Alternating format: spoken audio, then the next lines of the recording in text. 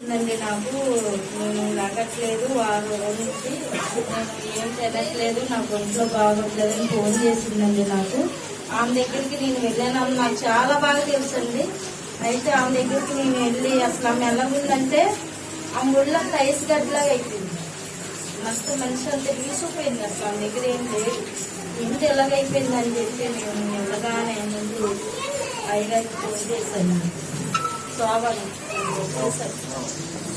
చేస్తే ఆ సోమవారం నేను ఆమె ఏం తినట్లేదు లాగట్లేదు అని కానీ ట్యాబ్లెట్లు ఎదురింటి వాళ్ళు టిఫిన్ తెచ్చిచ్చారంట. అది మా కుండగా ఉండిపోయింది. అయితే ఇంకా అయ్యగారికి ప్రార్థన చేయించి ప్రార్థన ఆమె అన్నారు. ఆమె అనగానే ఆమె కళ్ళు తెచ్చింది. కళ్ళు తెచ్చి ఏమైంది నీకు, ఎందుకు ఇలా ఉన్నావంటే ఆమెకి నాకు బాగోట్లేదు ఇలా ఉంది అన్నది అని చెప్పింది. ఆల్రెడీ ఆమెకి ఎలాగుందో ఏంటనేది కూడా ముందే అయ్యగారికి చెప్పాను. ప్రార్థన అయ్యగారు చేసేది కూడా ఆమెకి తెలియదు. మీరు నాకు షుగర్ పెట్టి మీరు చేయండి అన్నాను. అంటే అయ్యగారు ప్రార్థన చేశారు.